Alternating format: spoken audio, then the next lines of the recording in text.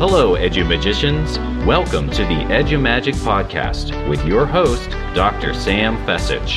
Dr. Sam is a professor of education, author of EduMagic, and a pumpkin spice latte fan. This podcast is designed for pre-service teachers. Remember, friends, teaching doesn't begin at graduation, but during that first class at 8 a.m. Let's get this party started. This podcast is a proud member of the Teach Better Podcast Network. Better today, better tomorrow, and the podcast to get you there. Explore more podcasts at www.teachbetterpodcastnetwork.com. Now let's get on to the episode. Hey, and welcome to Instagram, a snapshot into the future. My name is Bella. And my name is Kaden, and today we're going to be talking about how you can use Instagram as a teacher candidate. So Instagram is a tool, it's a social media app where future teachers can share their progress in the classroom and can connect with other teachers for help, inspiration, and ideas. Personally, I love using Instagram to connect with communities that I can't connect with in real life. So as a future teacher, being able to connect with veteran teachers is a game changer for me. Oh, same here. The really neat thing about Instagram is that there is no specific demographic of people that are on Instagram. So both teachers and students can use this platform. Yes, but we also know that can be a bad thing because sometimes certain students like to stalk their teachers. So teachers need to make sure that they're keeping their private lives private and their public accounts school friendly. For sure. I know I have stalked my teachers many a time. And I know lots of young teachers or teacher candidates also like to forget that they do have a digital footprint. Definitely, it always comes back to you. So back to the positives of Instagram, though, because that's what we're really here to discuss. There are so many useful tools for teachers to use. When you make an Instagram account, there's an option where you can make it a business account. And this way you can see who and how many people are viewing your posts. You have more access to the analytics of your posts, and that can be really helpful for teachers that are trying to grow their social media presence. Yeah, that is a really cool feature. So on the story feature of Instagram, you can do polls, questions, multiple choice questions, voting, and this can let other teachers interact with you and give you feedback in a quick, easy, and convenient way. Instagram is a super convenient tool for sure. You just gotta be careful with who you're interacting with because like any social media, some people could be lying about their identity. You just need to make sure you're being wary of the information you're sharing. And definitely, please do not share any personal information about your students, your schools, anything like that, or else you can kiss your career goodbye. Indeed you can. Instagram is such a great tool for collaboration though. A lot of times teachers who are just getting started often feel like they're being thrown into the wolves. So being able to quickly and easily connect with educators in the same boat or educators that have been in this field for years can help out and really mean the difference between loving your job and just tolerating it. Definitely. Instagram also helps students with collaboration. So students can create group chats and can easily share things with each other for group projects. They can share messages, pictures, ideas. So overall, Instagram just really is a one-stop shop for convenient communication, and there is no denying it. Absolutely. Instagram is definitely a look into the future. It's a fantastic tool for teachers, and it should start to be recognized more for its impact on the teaching community as a whole. For sure. It really is a great edtech tool for all teachers and teacher candidates. We encourage everyone to go out there and give it a try. Who knows? It could just be your new favorite edtech tool. Thank you so much for listening in. We really hope you learned something. Bye! Bye. Hi everyone, I'm Bree. I'm Sarah. And I'm Erica. Welcome to our Pinterest Deep Dive. Today we're going to talk about finding your teacher aesthetic and how Pinterest can help with that. So what is Pinterest exactly? Pinterest is a website where you can create a unique aesthetic through gathering images, ideas, and inspiration. Pinterest is one of my favorite social media platforms. It's been a useful tool in creating my presence as an educator online. Can anybody use Pinterest and how should they use it?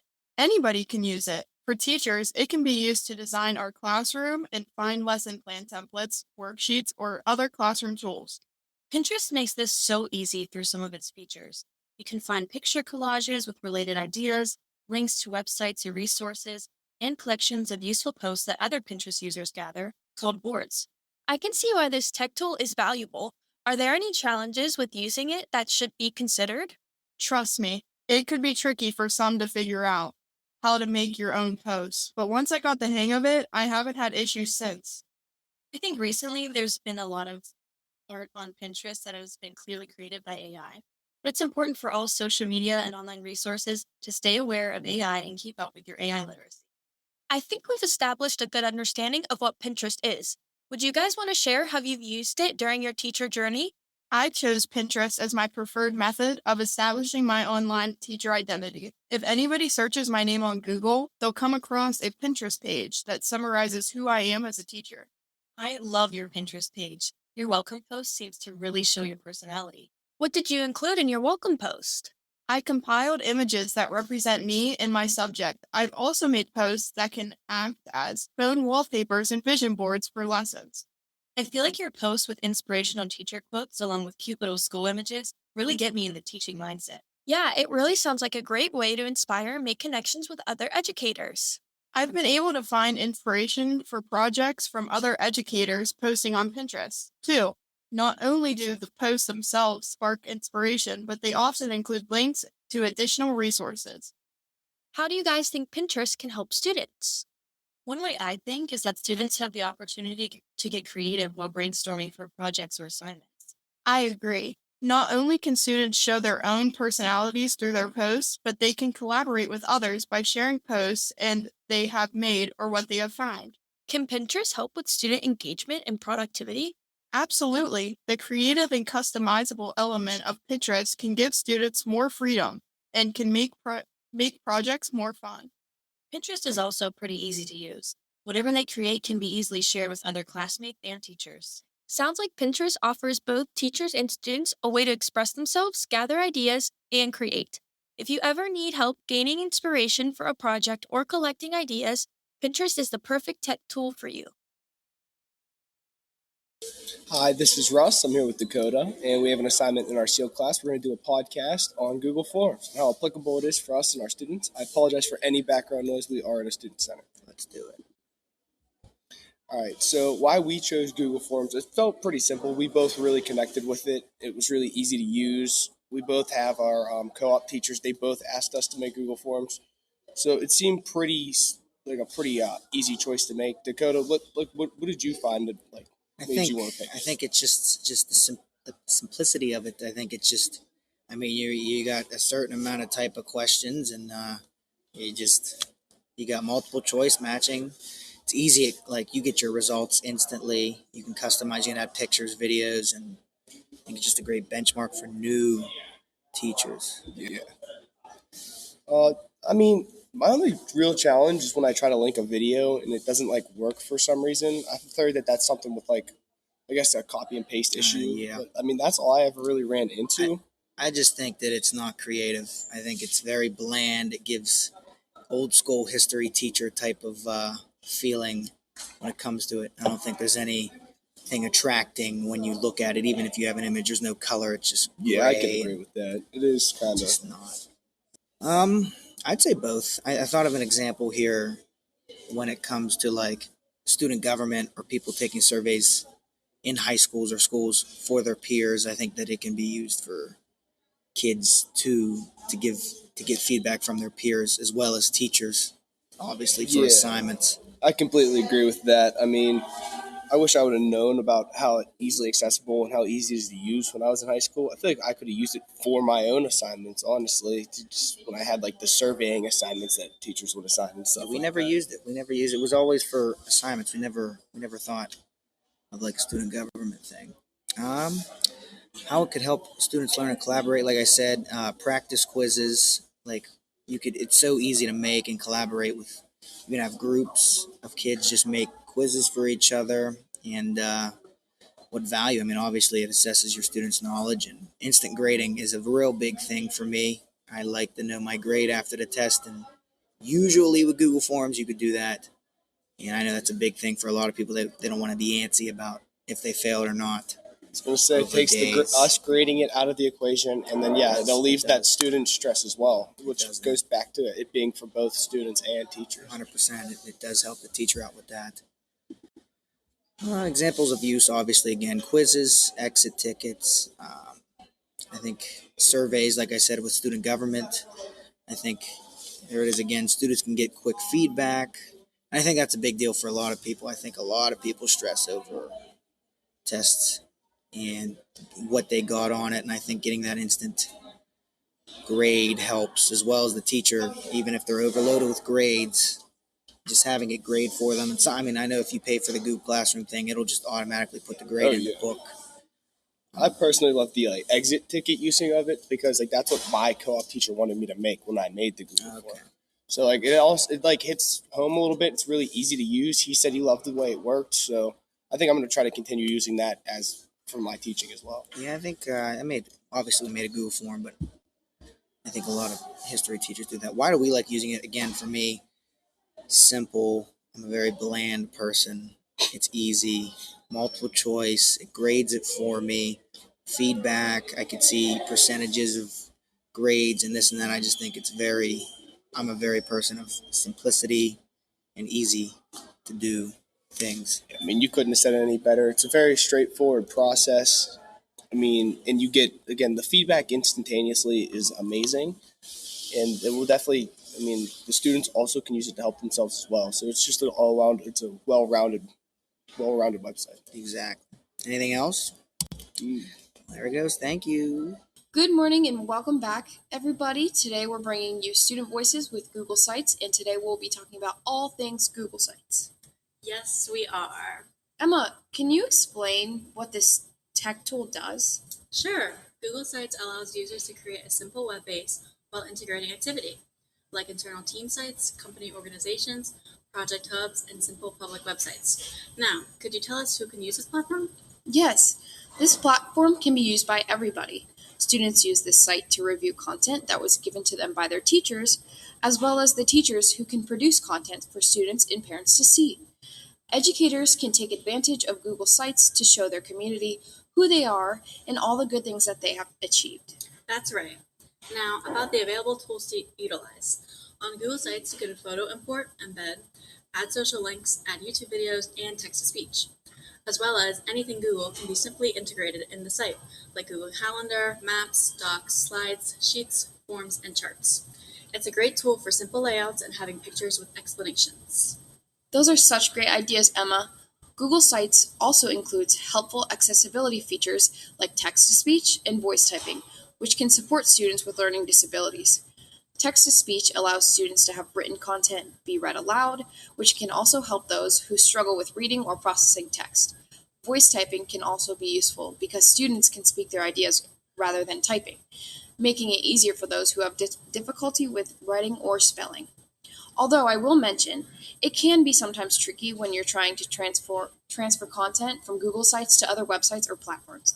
Formatting and layout may not always carry over correctly. This can cause text, image, or embedding materials to appear differently than what was intended. On the bright side, it has many great perks. Emma, can you tell me why you think Google Sites is a valuable website? Yes, I totally agree. Google Sites is valuable because it keeps information organized and it's fairly easy to follow. When content is grouped into clear sections, students don't get overwhelmed or lost. And since all the tools like Google Sites, Google Forms, etc. work together smoothly, it makes the whole learning process more intuitive.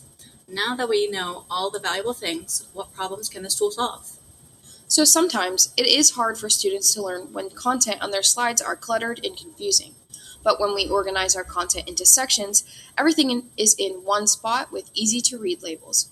Related information stays together, which makes things easier to follow. And since all the tools we're using, like Google Forms and Google Sites, come from the same company, everything connects so smoothly. It makes the whole experience easier for students to understand. Yes, I totally agree with everything you said. Now, I encourage our whole audience to test out Google Sites. It's free of cost, has seamless integration into other Google tools, and it's super easy. Thank you guys so much for listening. Hello, everybody, and welcome to our podcast discussion of tools for educators. I'm here with Darian Craig and Matthias Matsura, and today we'll be discussing something that, at a first glance, might not seem like it could be of educational use in the classroom. I mean, of course, virtual reality headsets. Despite being most frequently used for gaming, let's examine today how helpful these can be to students and teachers. I'll hand it over to Darian to give us a bit more information. VR headsets, I believe, are some of the most landmark progression in tech for education. It can develop deeper engagement for the students, allowing education to turn from this passive lesson into immersive hands-on experiences. You can explore museums and buildings, and even, as I said before, do more hands-on learning. Do you guys know that, welders can use VR headsets to help them weld and see how they would do? Really? That's really interesting. Yeah. Even exploring the vacuum of space. On that note of Even special education, it can be used for that. It can help with low distraction environment and life skills practice for students with ADHD, autism, or physical disabilities. Its use cases span all ages of education and advancement of education. The only small issues while researching this topic that I can see with it are how much space it takes up. Those big headsets, can be 3 or 4, then you need a space to keep them there. And also that the educator may need some training while using it. Obviously, it would be hard to educate a class on something that you don't know how to use.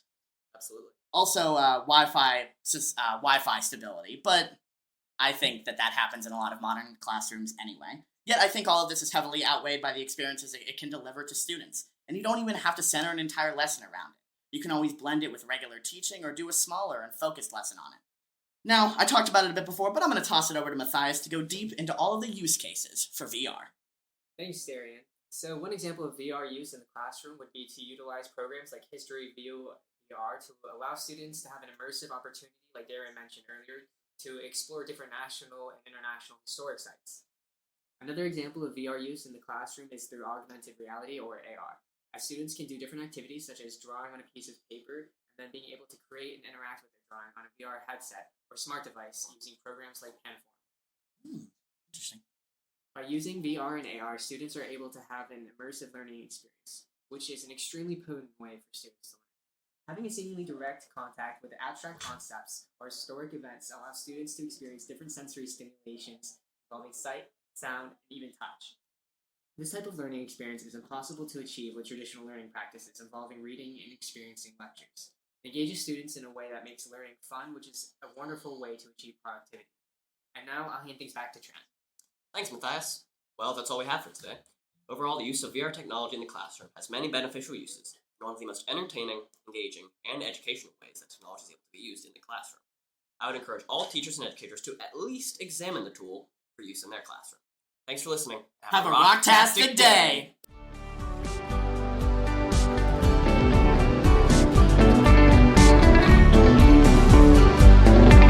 And there you have it, EduMagicians. If you enjoyed this episode, please subscribe and share it with your friends. For more EduMagic, check out sfessage.com and follow Dr. Sam on Twitter and Instagram @sfessage. Until next time, you have the EduMagic within you.